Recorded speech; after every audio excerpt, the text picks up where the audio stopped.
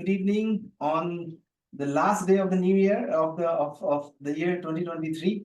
We have a wonderful guest with us, Surabhi Shenoy. Welcome, Surabhi, to the show Upskill with Abhishek. Thank you so much. Thank you, Abhishek, for having me.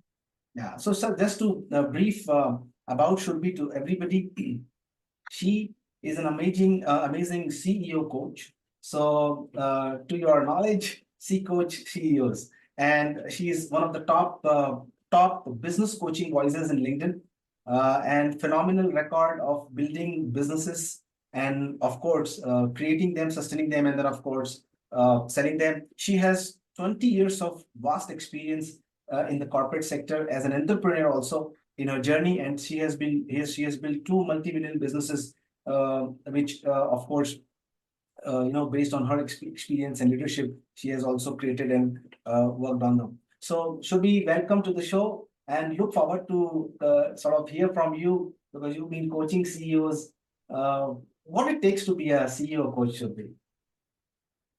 I think uh, first and foremost, very lots of kind words from you. So thank you for that appreciation. For a CEO coach, I think my biggest uh, value add here is me being there and living that life for almost across two businesses. So I know what it means to be a CEO. I understand the emotional up downs of the journey. I understand the responsibilities. I also understand, Abhishek, the loneliness of it. So, with all of that understanding, when I show up as a coach to help support CEOs who are building their own businesses now, we kind of talk the same language. I don't have to really, they don't have to say it in so many words, but I understand without them saying so. And there are many business coaches, and like you said, highlighted on LinkedIn, top business coach, because LinkedIn doesn't have top CEO coach. So the closest is business coach. But in the beginning of my CEO coaching journey, I experimented with being a business coach because I thought, I want to help support businesses. But I slowly realized that the person in this position is so much more important and needs that clarity. And Stephen Covey very famously said, when you internalize the problem, your circle of influence, when you stay in that, everything around you starts opening up. So if I felt, rather than working in the whole business and going from marketing, sales to team and leadership and people, if I just work with this single human who is actually a very emotional being as a human, and help support that person to gain as much clarity, then from there everything flows out. If he or she is clear in her head and in completely in balance in the peak performance state, then somehow from that leadership point of view, everything downward trickles down with equal clarity, with equal performance. And I felt I would rather focus on this one person rather than the entire business. So I do business coaching, but I do it via CEO coaching, in the sense, what's his dream, his vision, how he would like to build his business, what's the vision. Uh, Vision could be also same, but path that each one wants to take is different, right? It's so different humans in our own ways that it's important to figure out who you are and how you want to show up in your business. And it's been very fulfilling so far. So Yeah, I think if you want anything specific, then I will answer that. Let me know. definitely, as we go along, of course, I'm going to try to get maximum and maximize this podcast with you, and you being so wealth of experience and rich amount of practical knowledge. So I think the viewers and everybody who's listening us is going to immensely benefit out of it, especially what it takes to be a CEO, what goes in the mind of a CEO, what are the struggles of a CEO, what are the learnings of the CEO, where CEO need that help. I think should be if you want to elaborate on that, because you've been coaching them, you know what are the pain points, where is that they actually, you said, there are phases in life where they find themselves uh, needing support. How do you see that scenario, Surbi, and how you do support them, how you make that happen for them? Uh, Great question, and uh, I'll try and break it down as much possible. Um, See, most of the time, what happens is, including us, right? When we started our businesses, we had no clue. Opportunity presented, and we just wanted to grab it, so we did. I know so many uh, very strong technology experts. I know people who are great fitness enthusiasts, personal trainers. I know people who are great in baking, making cookies and cakes. And then they open a bakery, they open a gym, they open a technology company like us. And then, so we first become a CEO, and then we are figuring out on the job how to be a CEO. You understand how it works, right? And suddenly, because you have a title, and even if you have like two people team with you in the beginning, they are all looking at you. Okay, she knows where are we going, how we are doing this, what is required, and how to do this. She knows, and she doesn't know. You know what I mean? So uh, you can know very, you could be expert in making cakes and cookies, and you could be a great baker, but you still don't know how to run a bakery, make it profitable Absolutely. so that you serve your customer again and again with the same consistent quality. You don't know how to really get money, earn money, keep it with you so that you take all the costs that are going to come month on month, pay your employees' salaries on time, basic things, right? With the large corporations, we kind of take those things for granted. But in a small, medium companies, Abhishek, I'm telling you, it's a responsibility. And it's not like owner doesn't want to do it, but it's a struggle. And it feels like you're always playing a catch up game because you don't have skill set. You're never trained to be a CEO. Even if you come from an MBA, nobody actually tells you how to design a product as well as how to balance your sheet, as in how to do your balance sheet. And what's your cash flow? People have people talk so much because it's sorry to say, I'm going to say a few things very, very candidly here because I mean well. Um, we understand leadership, we understand people management, we understand how to build culture. So much is talked about it, right? Because all of those guys fundamentally assume that you're making enough money to do your basic necessities, fulfill those requirements, right? But many times businesses struggle just to get that step out. So you can build a culture, yeah, sure, but if you don't have money, it's game over, isn't it? If you don't do your salaries on time, even if you intend to, or if you do not have money to invest in the next year's marketing sales or build your bigger team, growth needs money. Every growth needs money. And if these are not really fundamentally understood, then it becomes a very stressful situation for a CEO. And CEO, he or she needs to make so many decisions day in, day out, small and large. So many different departments and functions of the business that you need to look at. If you don't do marketing today, you don't have sales tomorrow. If you don't have sales tomorrow, you don't have revenue after that. If you don't have revenue, you don't have profit. How will you grow from who will even if you seek investor, who will invest if you're a loss making company? Nobody, right? So many things are just flying around you and you feel lost. The CEO would feel lost. And uh, most importantly, even if you have a great team, many of these things you don't feel like sharing with them because expectation is that you should know. And even if you want to be vulnerable, you can't be showing that I'm just completely lost time and again. Then they start losing confidence somewhere, and then may not stay around. Then that fear comes in. But there is a way, and there is a systematic approach how to deal with all of this. Many of us are so attached to what we are building uh, that we cannot delegate at all. Now, if you don't delegate, all of this is on you. Delegation needs trust, and people think trust is character. Trust is character and competence together. You know, I cannot have a great accounts person who is very trustworthy but cannot do accounts. I can trust him only when he can do both. He's a good character, a good human being, high integrity and values honesty, and he actually is a good accountant. Then I trust. So how do you develop that so that you can delegate? There are many limitations that happen in a CEO's mind. So when I'm working closely with CEOs. Uh, I'm looking at their vision, I'm looking at their strategy, and most importantly, I'm looking at their skill set and the mindset because we really need to acquire these skills. Some of them are hard skills, some of them are soft skills, but like you expect a software developer to learn his skills, right, and keep growing in his skills, CEOs should also. So that is one most important point, and I'm trying to create that awareness that we are not born with this. We need to learn, and it's okay to learn. First. Second, if let's say you're a seasoned CEO also, right?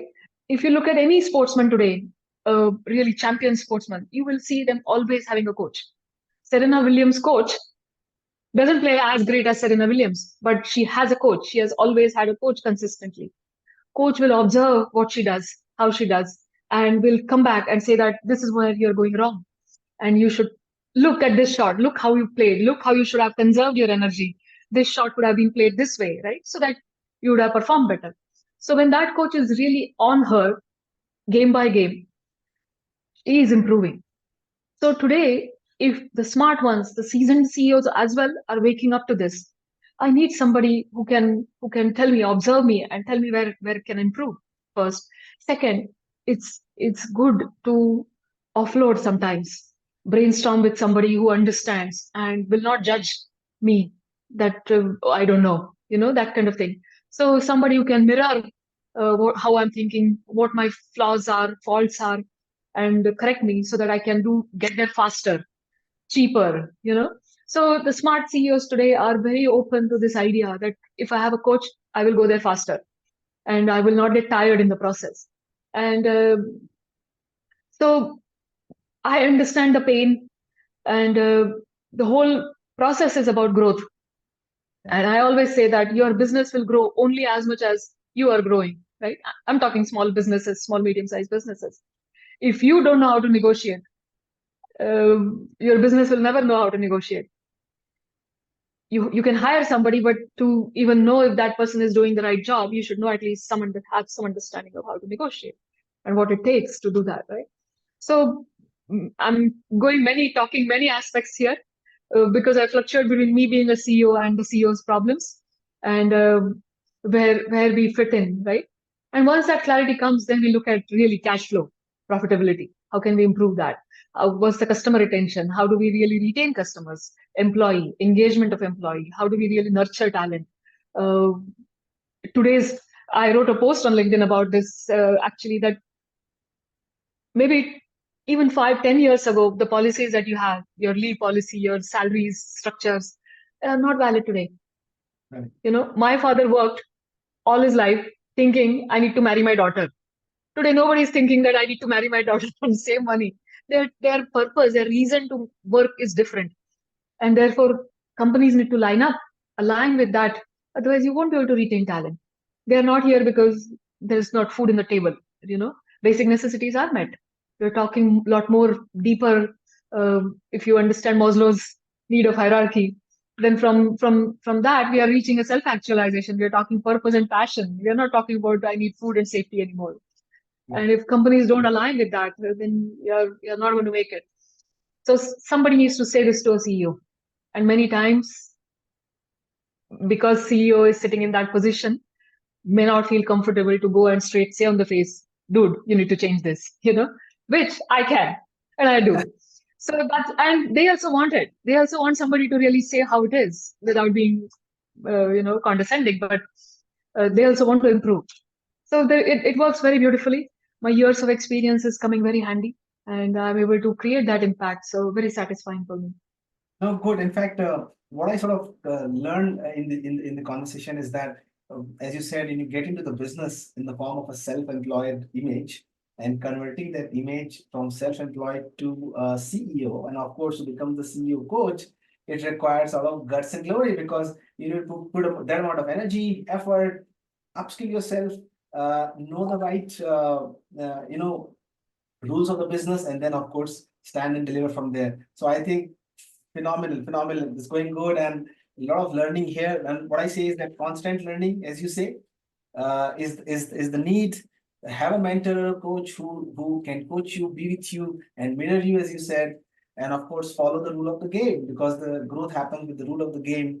Without that, it's not impossible. So great, nicely put, Surabhi. You said it well. Thank you. If I sort of move on, Surabhi, you have built two multi-million-dollar businesses. And in fact, you have walked the talk when we speak on this subject. You have somebody who has, as a woman entrepreneur, I respect you, your caliber, your panache, niche to create that kind of value for yourself and people around you for the ecosystem. So, uh, congratulations for that, first of all. And doing two businesses, and of course, those multi-million-dollar businesses, I know a lot has to be put in. It is easier said than done. and I know your smile says it all. You're of course keeping it lighter, but I know it takes a toll. How do you see this journey? And what is the advice you would like to give uh, for somebody who is in the similar journey?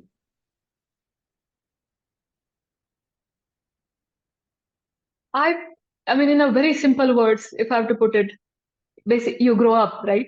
Situation, life puts you in situations where you struggle, and there is no other way but to grow.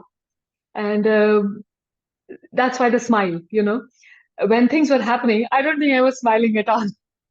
Mhm. But you grow, right? I always jokingly say, and no offense to people who are experiencing something like this, but PTSD, post traumatic stress disorder, they call it. I kind of say there is a other side of this. If you flip it, there is a post traumatic growth. You know, you because see, who decides what's the trauma? Smaller me, younger me, felt look at the problem and thought, oh my god, this is such a big problem.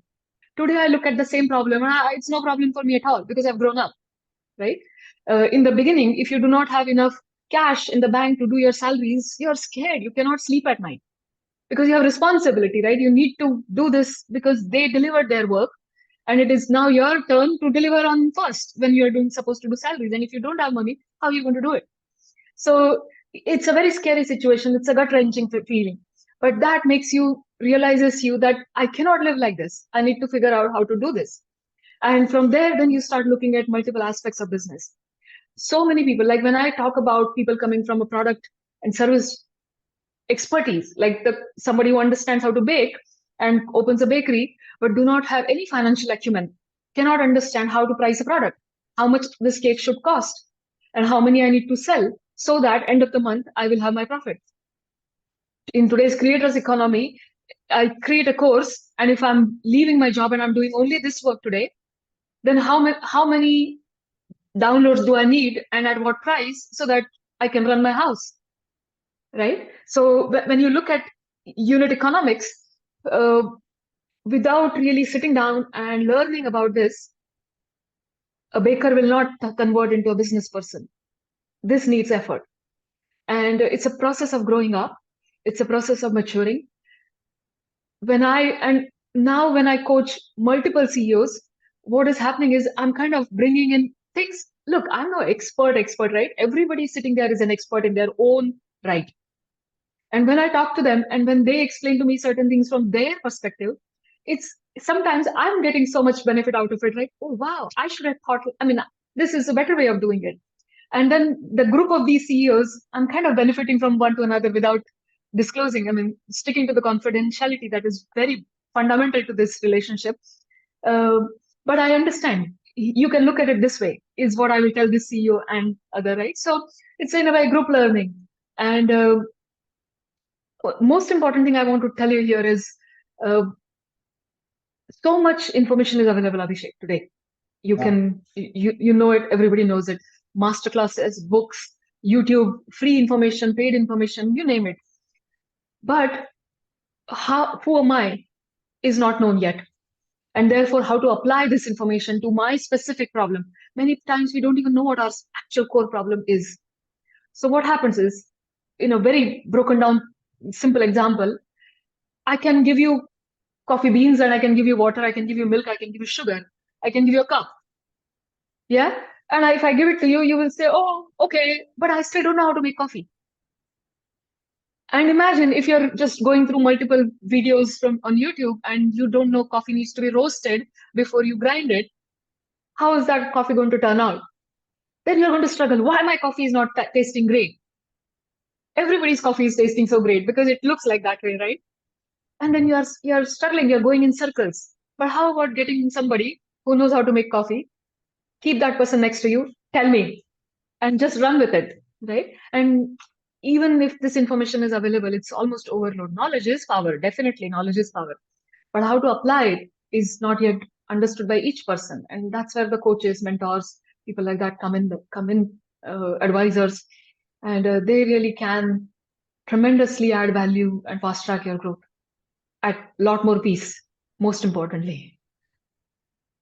In fact, of course, knowledge helps.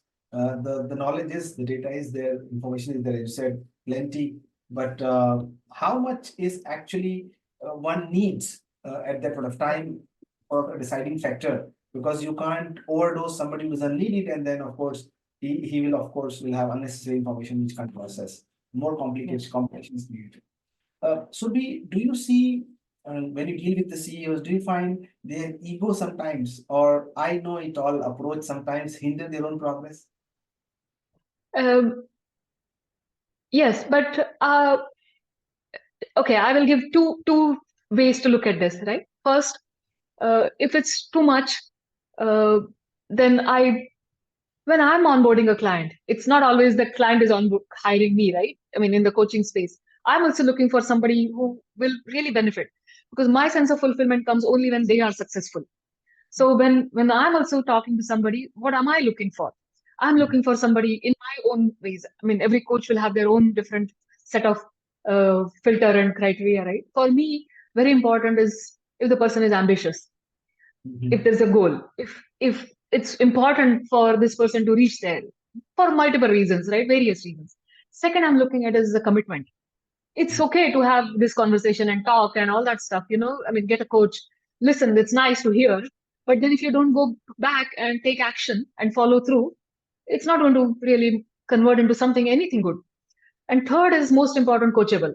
The person has to be coachable, otherwise I'm banging my head on the wall, which is no fun at all. So first is that. Second, the best part of coaching, and that's why after my own after selling Tejoras and after my exit, I actually went through formal coach training program. Wow. Reason being, I realized that it's one thing to build my business, and it's completely different thing to help support somebody else to build his or her business, Got it. because it's their vision, that person's method. So when I'm a coach, I'm not telling them what to do. So there is no tell. We have our mothers for that, right? Telling like ऐसा करना है यही ठीक है. I don't have to do that. When I'm a coach, the method is more of a Socratic method, where I'm Mhm. challenging, where I'm questioning, and if I understand the person on the other side has that ego, I can challenge, and that challenge will translate into looking at it. Okay, I will show how to do this, and then we break it down. Okay, tell me where will it fail, and then you list down where will it fail, right? So your points of failure are kind of thought about, and then can we remedy it, and from there then we choose a path. So it works very beautifully. uh, if the person has an ego and still thinks that with coaching I can achieve my goals faster and with less effort, and they come to meet, then half the battle is over. Then it becomes more of a conversation. And I'll tell you, Abhishek, the person can have as much ego, but at the same time, it's all lonely at the top. Everybody is looking for a place where they can offload, be themselves, and say, I don't know. I really don't know, Survey. What can we do? And I'm not going to tell even then, right? I'm still going to question because they know. I believe that's my core philosophy that all of us have our own wisdom within us. But we are so blocked in our day to day struggles and fights and issues that we don't access that creativity, that channel, that wisdom. And my job is to open that up. And it's a process. I start with their time management and productivity so that they get free here, not on the to do list, but here. I tell them that if you are not free in your mind, you're pretty useless to your business. So if you want to be really available to your business, all you first have to work is on your energy, your space here, and what you feel in the body. So that ego stays for a very short time, maybe, I but know everybody needs it. Yeah, as a coach, of course, they won't be able to carry it for long because the coach knows how to coach the coachee and ensure that the yeah. coachee should be. As we move along, I think we have a few minutes left for our for our podcast. So I have this beautiful session here. This is a beautiful book by Gurudev Shishi Ravishankar ji. He's the founder of the Art of Leadership. Okay, leadership. Yeah, I follow him one way or the other. He's my guru, he's my mentor. He has written yeah. a beautiful book on leadership. Any one of the pages you like from 1 to 75, I'll open that page and discuss that quote with you. Any one number. Let's do 63. 63. Okay, let me jump into 63. I'm also number 9 person. Let us see. Oh, wow. So 63 is a good leader knows how to disconnect emotions from actions. I will repeat. It says a good leader knows how to disconnect emotions from action. Your thoughts, Surabhi? I mean, he is all wise, right? So every line that comes out of his speech is it's a pearls of wisdom. Um, see, the way I perceive this is it's about attachment, right? I want to achieve this goal, and I get so create this sense of urgency, create that need, and the struggle comes because of that. If we have that as ease, and we just take our action because it is supposed to be done, and we get there faster with a lot more ease. I want to lose weight. Let's say people have that kind of goal, right? Today I'm, say, 75 kilos and I want to reach 70 kilos. Now, what do I need to do in action is eat right, do my exercises, sleep well, whatever those, everybody knows it. But if you every day get on the weighing scale and realize, oh, it's not done, and then get frustrated, oh, it's not done, and get frustrated, you're going to be stuck in that position. This is one way of looking at that quote, I believe. And second, I very strongly tell my CEOs, business owner, all of them, is stop calling your business your baby. It's not your baby. Your baby's at home. Be the father to that baby or mother to that baby. This is That's not your baby. This is a business. Treat it as a business. Don't say we are a family. Your family is at home. You're an army general here. You're supposed to protect them. You're supposed to provide for them. You're supposed to lead them. And there is a discipline and there is a structure, and let it be followed. Don't create, don't mix these two things. So if we just commit to action without thinking, without judging the results coming in very frequently, it becomes way of living, art of living, and therefore we kind of achieve things with a lot more ease. Yeah, yeah, because at the time of action, when you coach your CEOs, they have a plan of action. But at the time of taking action, if they are emotionally attached to a certain aspect of the business, it may hinder them to take that wise action because action is Yeah. 100%. Unless you are 100% in the action, because of that attached state of mind of that business piece, you will not give your 100% in the action. And if you're not giving 100% in the action, the result won't be 100%. So I think it is always better. And whenever I take this course, I'm telling you, based on the leader or the host who has come, these quotes come very appropriate for that time. And of I, course, yeah. I believe in the synchronicities, it's a beautiful place to be in, and being in this present moment, what we are doing and focusing on that action rather than constantly being entangled in the mind. Many different opportunities, easier paths open up, but we don't see them because we are busy in our emotions. So being open and available to life is very important in running the business. As um, Thank you, Surbi, for joining in. We are done with the time, but I will love to stay in touch with you, connect with you further for conversation. And good to see you here. And all the best wishes for the newer and the new ventures and the new success in the journey ahead. Wish you the same. And for everybody who will listen to this later, Happy New Year is going to be a great, great year, and more to success, more to freedom, and more to happiness. Great. Thank Thank you. you so much. Thank you.